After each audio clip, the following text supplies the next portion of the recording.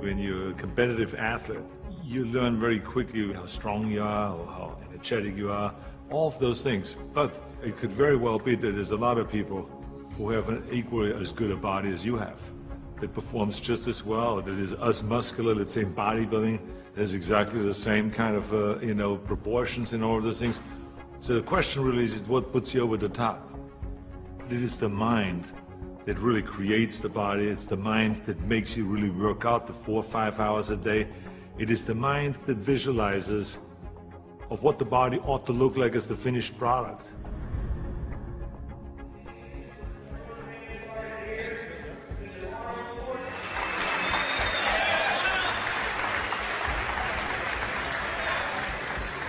Hello everybody.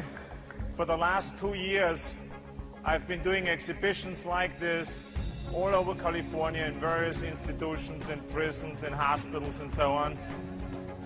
And I've been having a great time, and it's a very satisfying thing for me to do, to spend one day every month to come to one of those places and to help the guys with their training and so on. When I used to do seminars on how to become a champion, I would always ask people, why do you want to be a champion? Or what do you want to accomplish? Why are you training? And they will, if a guy will get up and he will say, well, I want to train because I think that if I get muscular and I feel like I'm getting the kind of definition, then I maybe can enter a bodybuilding competition. I said, sit down. I said, if you think this way, you're going to be a loser. You're never going to make it because there's no maybe. You got to get up and say, I want to be a champion. And I do whatever it takes, the amount of hours it takes, the posing, the this, the that, the visualization, looking at training footage, looking at motivational books, reading this, reading, whatever it takes, I would do. That's the answer I want to hear from you. You can detect right away those that are going to be shaky and that will fall behind and they will not go all the way, and those that are very hungry.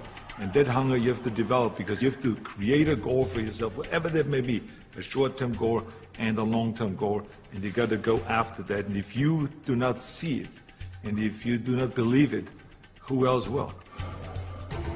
The body is very important, but the mind is more important than the body.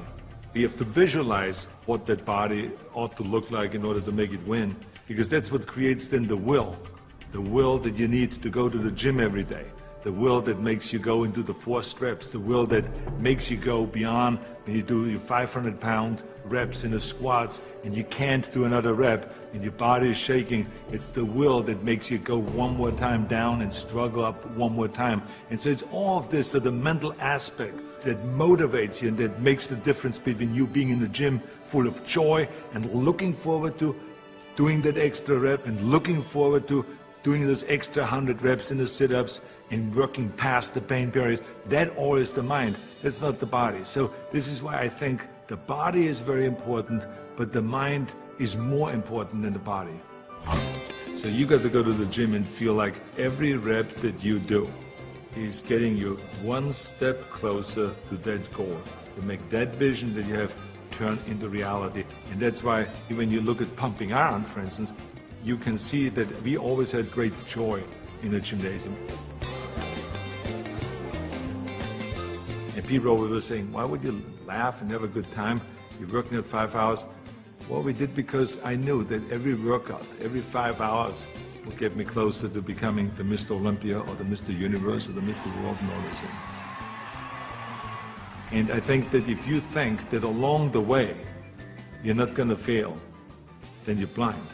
Because there's no one that I've ever met, no matter how successful they are, that haven't said that they had their failures along the way. You have to. I mean, the only way that you really know that you can lift 500 pounds is if you're willing to fail. So if you're afraid of failure, then you will never grow. The people that grow the furthest are the people that really don't care. They fail or they make it, they're going to take that risk because that's what you have to do. I think what we learn in sports is very helpful to anything and everything else that you do in life. So now you apply that principle to acting. And you say, well, wait a minute, I put 5 hours in every day in working out, I did my posing 1 hour a day, I did my stretching and this and that, and all of those kind of things. So now, let me apply the same thing to my acting career. Let's go to acting class every day. Let's go and work on the accent, the same amount of time, with the same will, and let's visualize what am I shooting for? Okay, I want to be another Clint Eastwood. I want to be another John Wayne. I want to be another Kirk Douglas, all those great heroes that I admired as a kid. So that's what I'm going after. And that same principle works, even though there's so many people around that say, no, you will never make it because you have an accent, your body is too big, and your name Schnitzel or whatever, who can pronounce that? But you know. It doesn't matter if anyone else knows, and if anyone else believes in it, but you know. And that you know that principle of visualizing yourself as a star will work, and all you have to do now is go towards that vision. I've retired from bodybuilding in 1975, and I signed a series of Conan movies. Here I was, big studio behind you, budget $20 million, of course, which was in those days is an equivalent of today, $150 million. I was going to Australia to be a judge at the Mr. Olympia competition. But then all of a sudden, I thought, I should compete.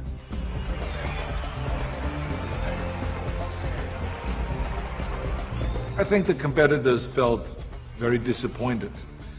So they felt kind of, why would I do that? Why would I take that trophy away from them when I have everything else on the plate?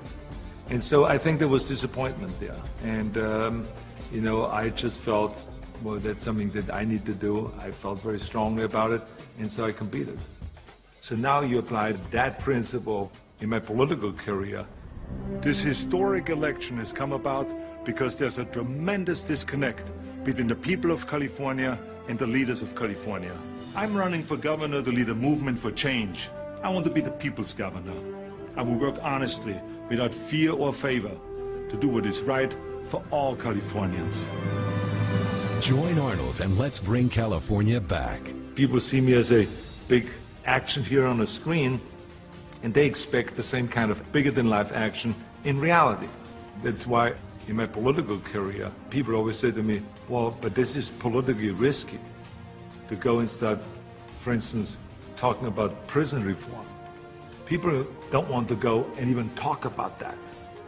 So I say, well, yeah, maybe it's politically risky, but in the meantime, we have 172,000 prisoners in facilities that are built for 100,000, and something is going to break, and something is going to happen.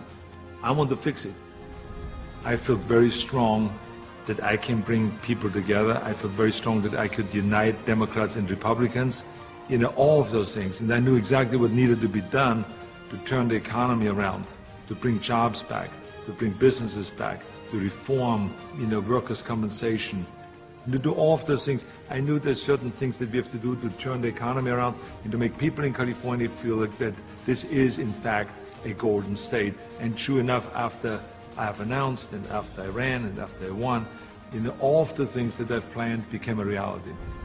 I always use bodybuilding as an example for a lot of things that I do. If it is talking about the budget, if it's talking about the environment, if it's talking about prison reform, somehow I always get in my experience of what I've learned in bodybuilding and then somehow tie it in of what I'm doing today. I have learned a tremendous amount, and every day still is a learning experience.